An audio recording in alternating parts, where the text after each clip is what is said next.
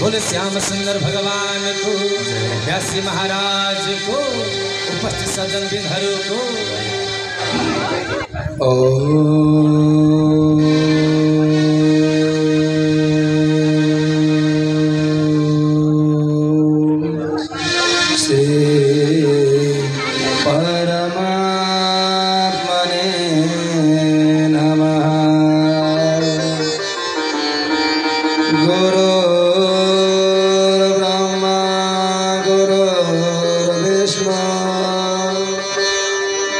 गुरुर्देवो महेश्वरः गुरुर्साक्षात् परं ब्रह्म तस्मै श्री गुरवे नमः। अज्ञानान्तिमिरान्धस्य ज्ञानामृताय शलाकया चक्षुरान्मीलितं येन तस्मै श्री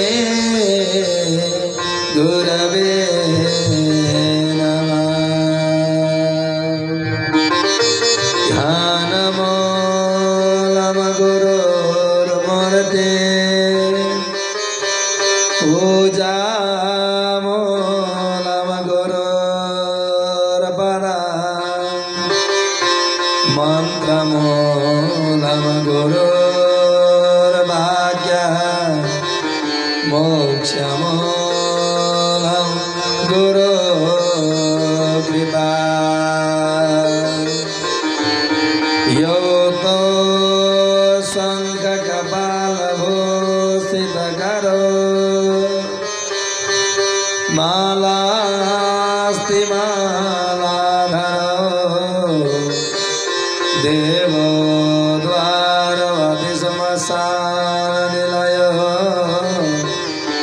नागारिगो वाहनो वृत्रक्षो बलिदक्ष यज्ञमथनो श्रीशैलजावल्लभो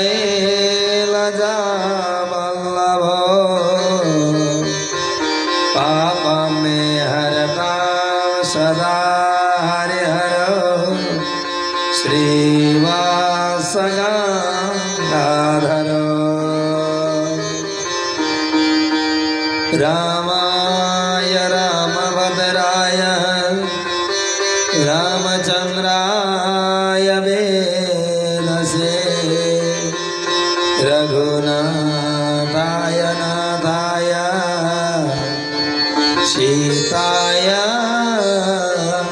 पतये नमः। कृष्णाय वासुदेवाय हरये परमात्मने प्रणतक्लेशनाशाय गोविन्दाय नमो नमः। प्रणतक्लेशनाशाय गोविन्दाय नमो नमः।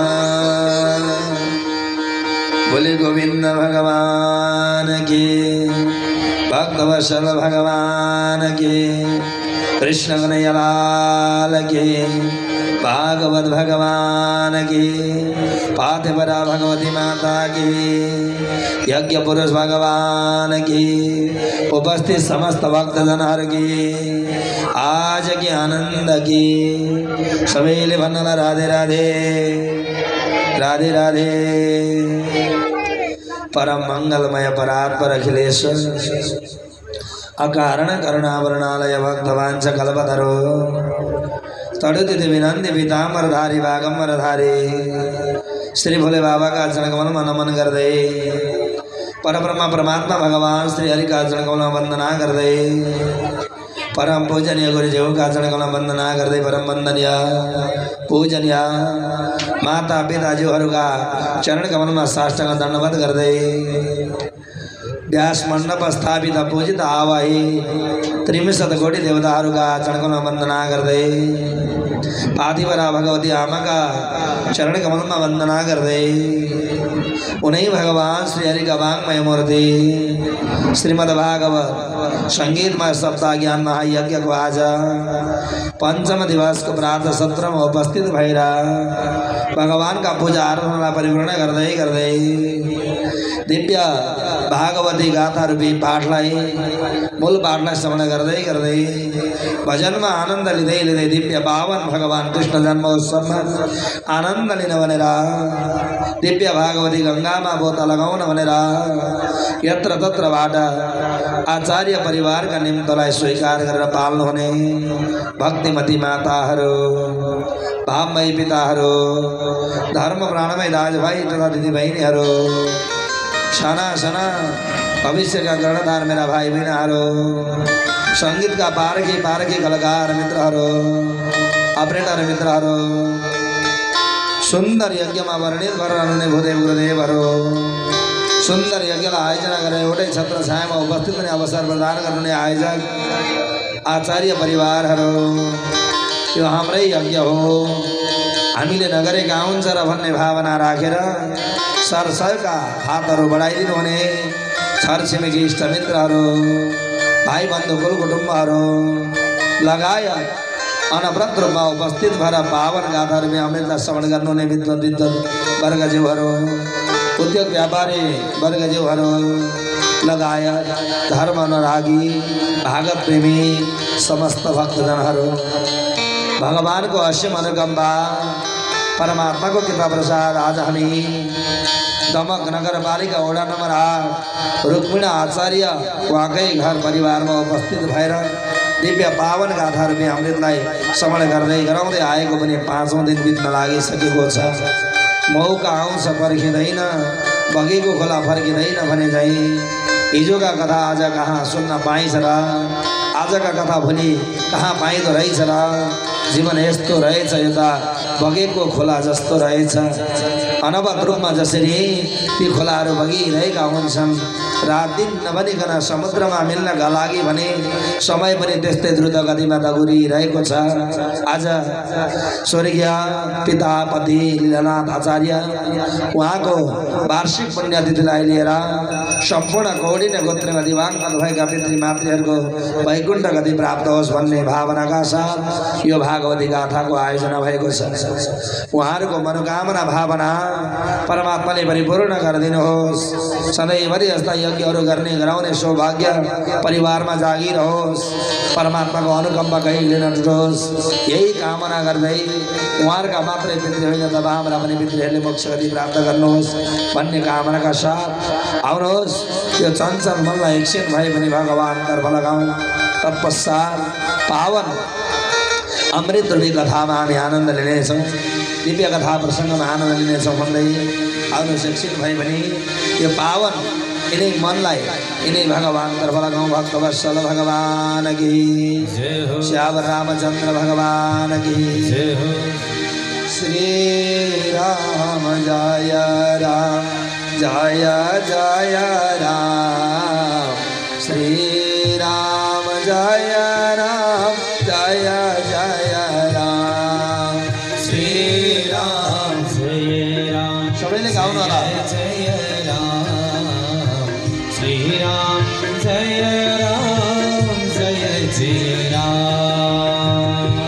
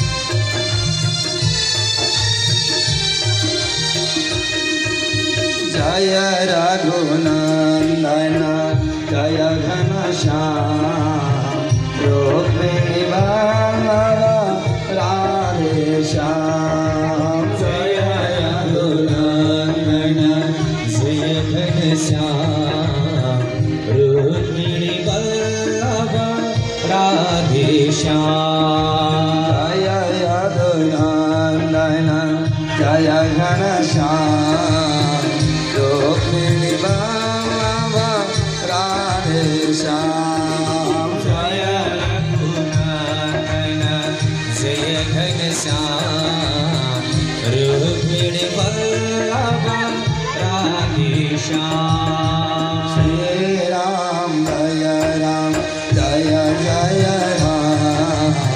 श्री राम जय जय राम श्री राम जय राम जय जय राम श्री राम जय जय राम श्री राम जय जय राम श्री राम जय जय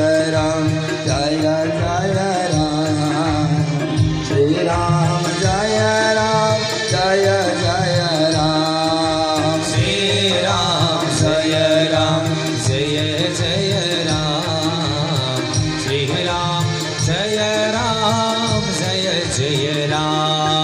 श्री राम जय जय राम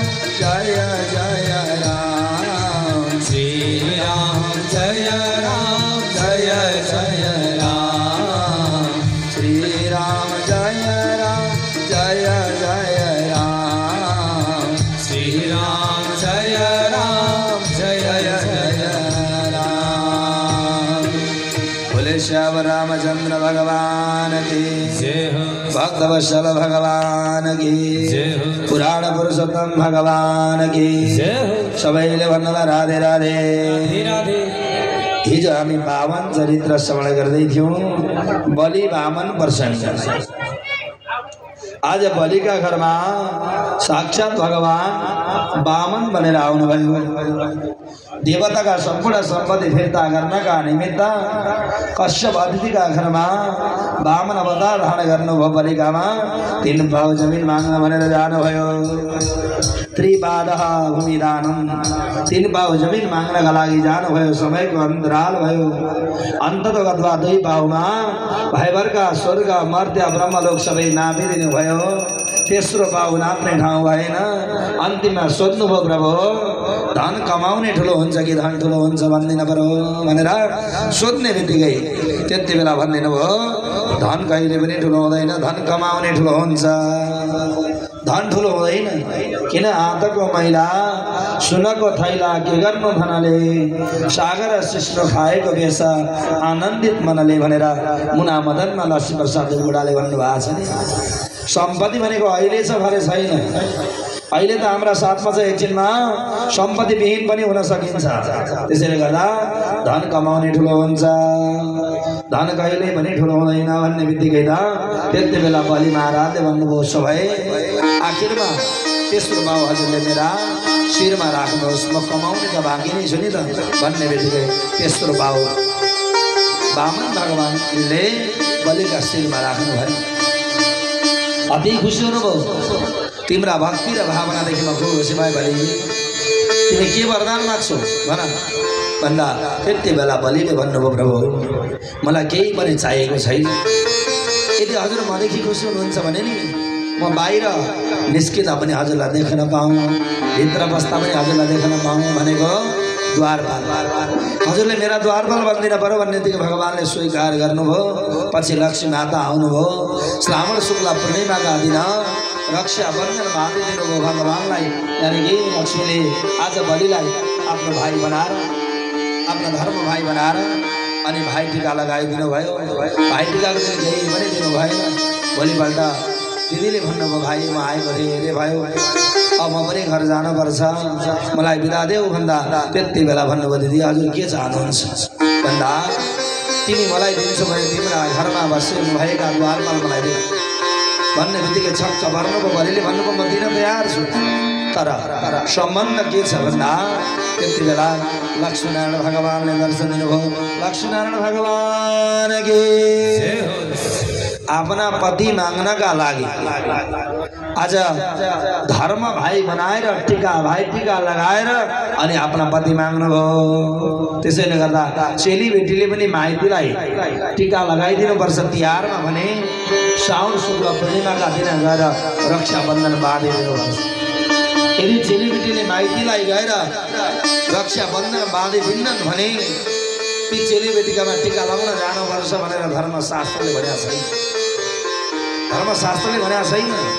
यदि भाइ टीकामा जानै पर्छ भने चेलीबेटीले श्रावण शुक्ल पूर्णिमाका दिन गएर रक्षाबन्धन बाँधिदिनुपर्छ अनि भाइ टीकामा बोलाउनु पर्दैन। त्यही हो निम्तो भनेको। फेरि निम्तो गर्नु पर्दैन। तर हामी त भोलि भाइ टीका छ भने आज भाइ भोलि कति बेला आउँछौ अलि छिटो आउनै मन लाग्छ है। एकचोटि भन्दिनँ राधे राधे, सबैले भन्नला राधे राधे राधे। यसरी अष्टम स्कन्धमा भगवानका चरित्रहरू 8 अवतारको वर्णन गर्नुभयो। मत्स्य अवतार धारण गरेर भगवानले सत्यव्रत नाम गरेका राजालाई मत्स्य पुराण श्रवण गराउनुभयो भन्ने पावन कथा प्रसङ्गहरू श्रवण गराउँदै अष्टम स्कन्धमा रहेका 24 अध्यायलाई विराम गर्नुभयो। नवस्कन्धमा पनि 24 अध्याय।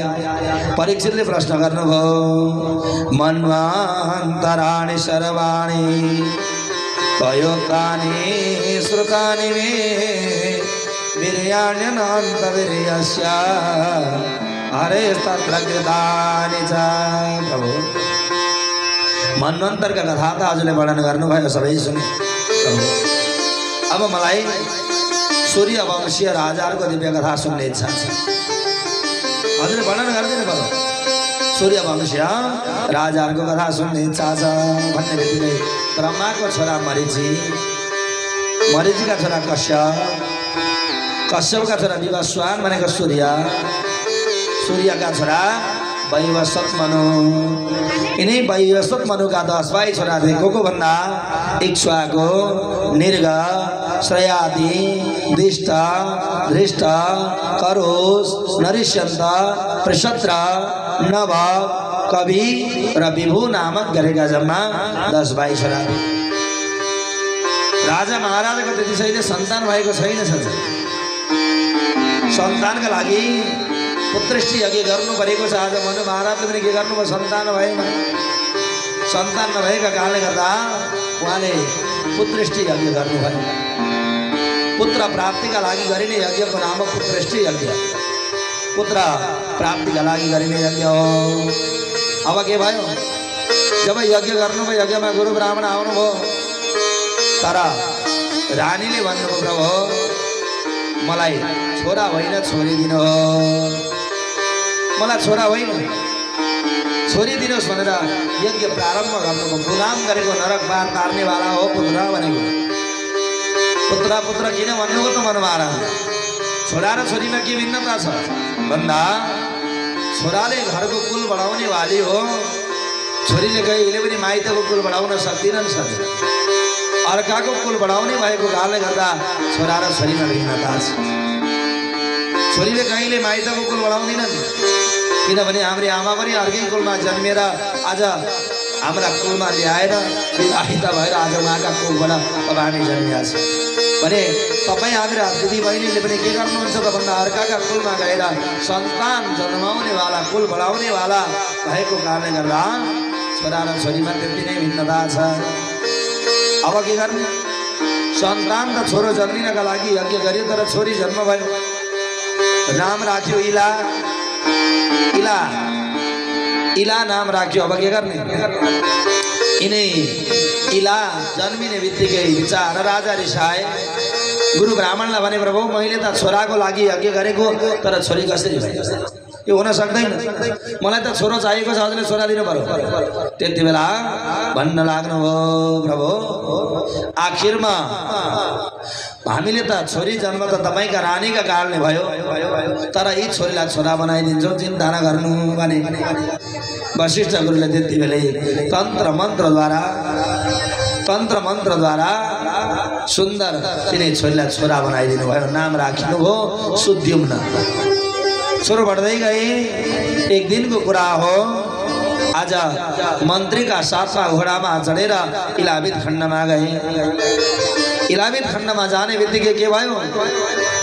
आज छोरा छोरी हुन्थे घोडा घोडी हुन्थे त्यो ठाउँमा स्त्रीको मात्रै प्रवेश हुन्थ्यो तर पुरुषको प्रवेश हुने बित्तिकै स्त्री हुन्थे किन भन्दा इलावित खण्डमा शंकर भगवानको वासस्थान हो शंकर भगवान बस्नुहुन्छ आज पार्वती मातालाई ठुलो चिन्ता भयो कस्तो चिन्ता प्रातः सत्रमा नुहाउनु पर्यो भनेर नुहाउन खोज्नु भएको झुण्डका झुण्ड सन्त मन्तको आगमन भयो जब स्त्रीलाई पुरुष आयो भने नुहाउन गाह्रो हुन्छ अब के गर्ने त्यति बेला अहिलेको जस्तो एटेच रुम थिएन होला अब के गर्ने आपत्ति भयो बिचरा नुहाउन पाइनन् समय बित्यो त्यति बेला गएर आफ्ना पतिसँग शंकर भगवानसँग भन्न लाग्नुभयो स्वामी मलाई एउटा वरदान दिनुहोस् कस्तो वरदान इलावित खण्डमा जति पनि पुरुषको आगमन हुन्छ सबै आज स्त्री बनुन् किन प्रभु हजुरका दर्शन गर्नका लागि झुण्डका झुण्ड संसारको आगमन भएको छ मैले नुहाउन पाइनँ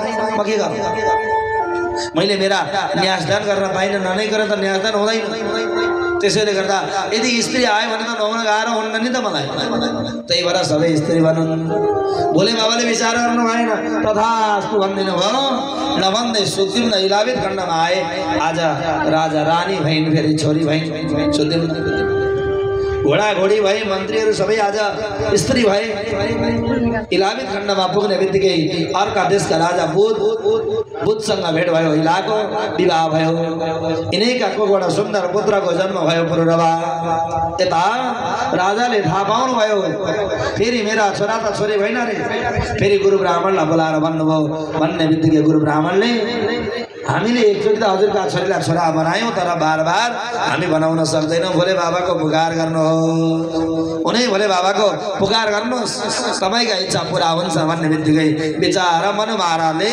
त्यति बेला भोले बाबाको पुकार गर्न लाग्नुभयो शंकर भगवान की जय हो भक्तवत्सल भगवान की जय हो।